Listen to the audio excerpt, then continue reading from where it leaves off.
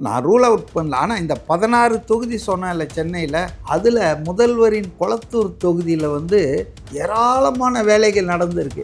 இருந்தாலும் குறைகள் இருக்குதுன்னு அங்கே இருக்கிற வாக்காளர்கள் பேசுகிறத நான் பார்க்குறேன்.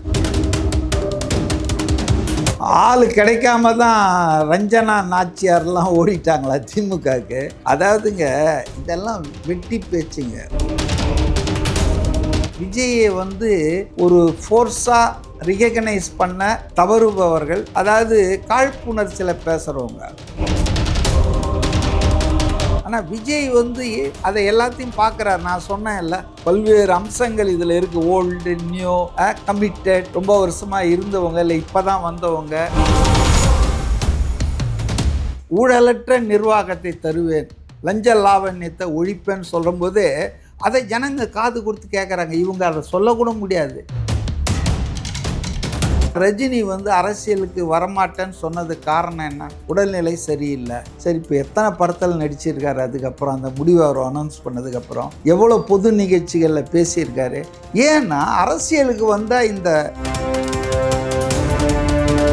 விஜய்க்கு வந்து அவுட்ரைட்டாக கிடைக்கலாம், கிடைக்காம போகலாம். ஆனாலும் திமுகவுக்கு கிடைக்கிற வாய்ப்பே இல்லை திரும்ப, அப்படின்றதான் என்னுடைய. சம்மர் வந்தாச்சு. What's your plan for this holiday? GT Holidays, South India's #1 travel brand. மண்மனம் மாறா சுவைக்கு உதய் கிருஷ்ணா அசல் நெய்.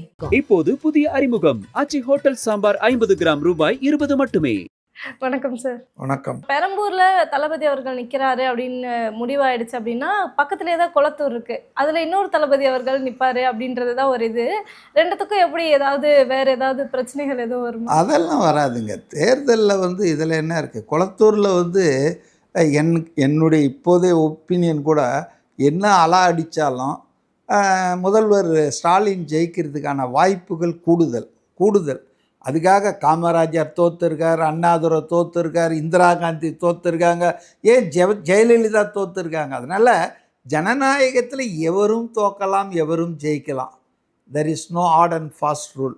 நான் ரூல் அவுட் பண்ணல. ஆனால் இந்த 16 தொகுதி சொன்னேன்ல சென்னையில், அதில் முதல்வரின் கொளத்தூர் தொகுதியில் வந்து ஏராளமான வேலைகள் நடந்திருக்கு.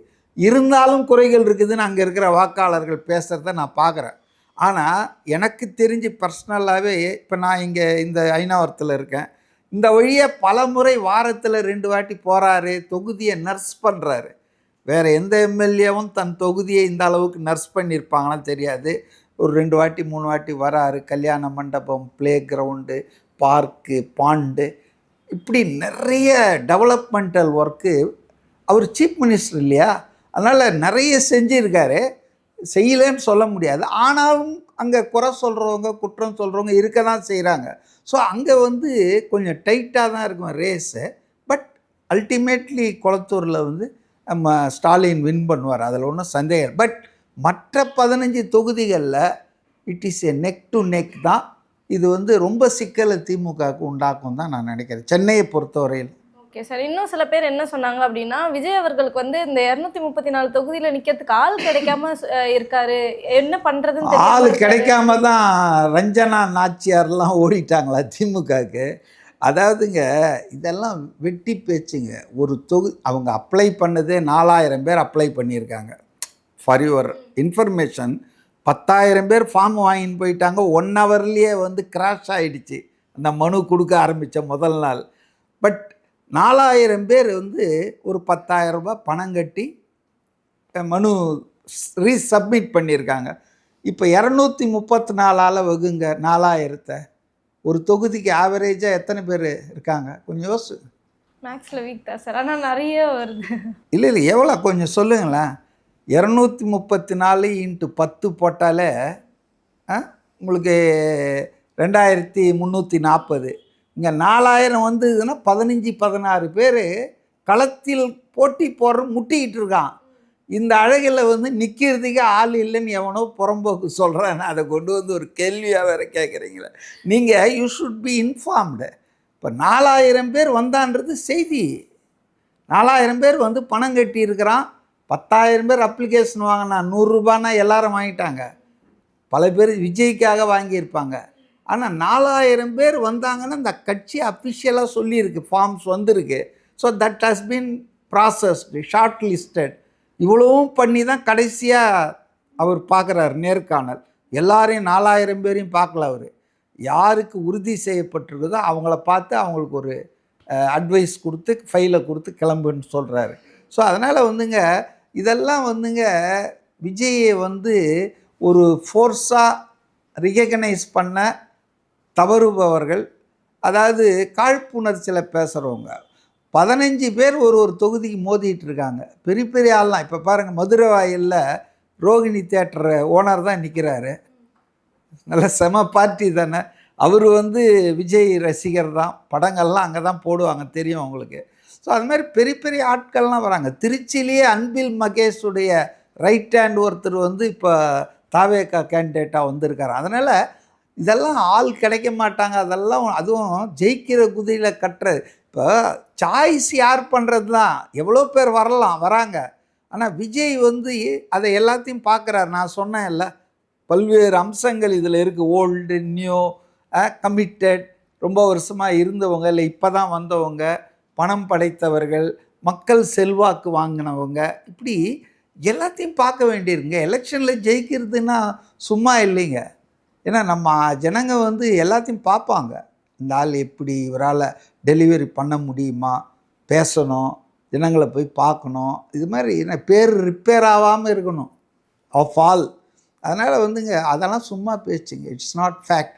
அதுதான் சார், இதெல்லாம் உங்ககிட்ட இருந்து கிளியர் பண்ணிக்கணும். ஏன்னா மாற்று கருத்து எந்தெந்த சைட்ல இருந்து வேணா வரும். இதெல்லாம் உங்க சைட்ல இருந்து சொன்னீங்கன்னா இன்னும் கிளியரா இருக்கும். எங்க சைடுனா நான் என்ன சைடுன்னு கேட்குறீங்க?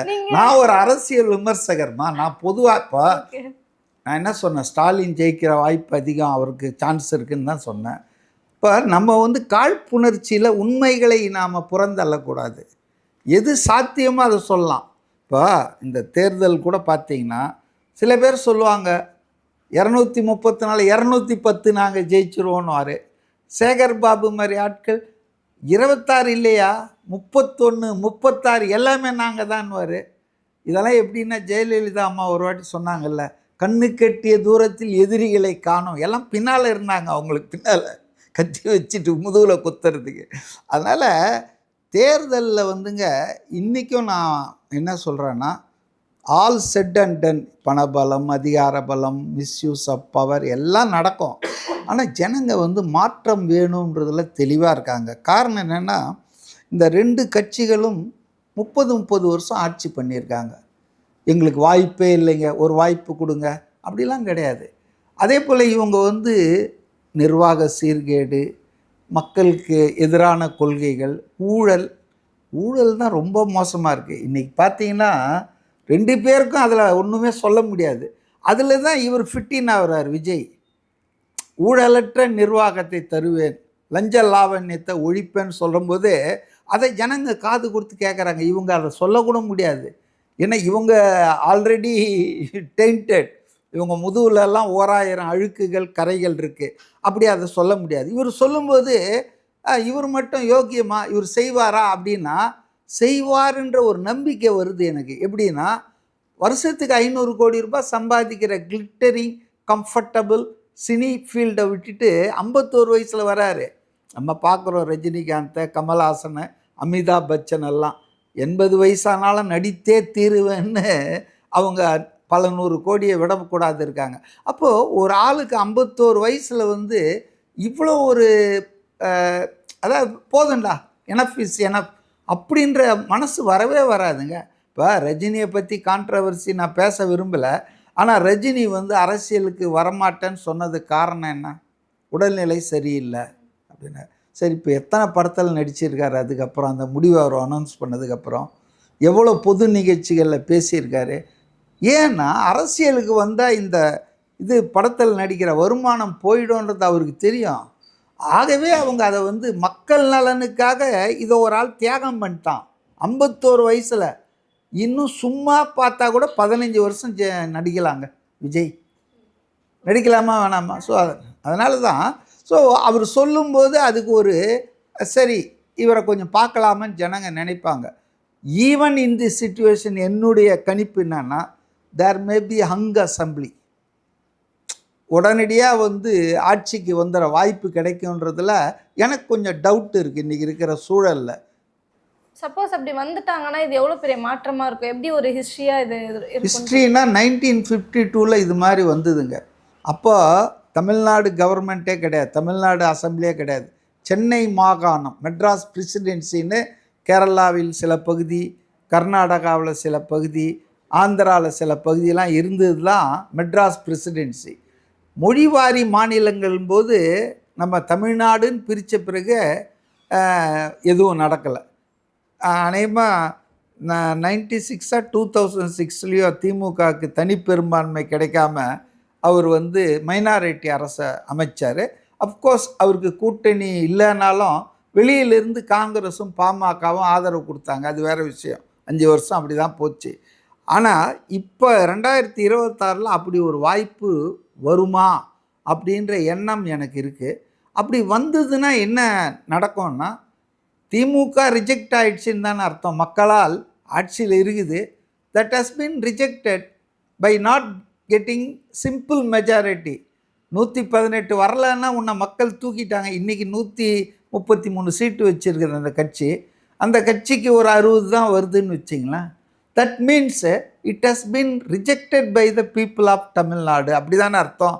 அப்போ யாருக்கும் கிடைக்கலன்னும் போது எல்லாரும் கையை கட்டிட்டு உக்காந்துருக்க முடியுமா?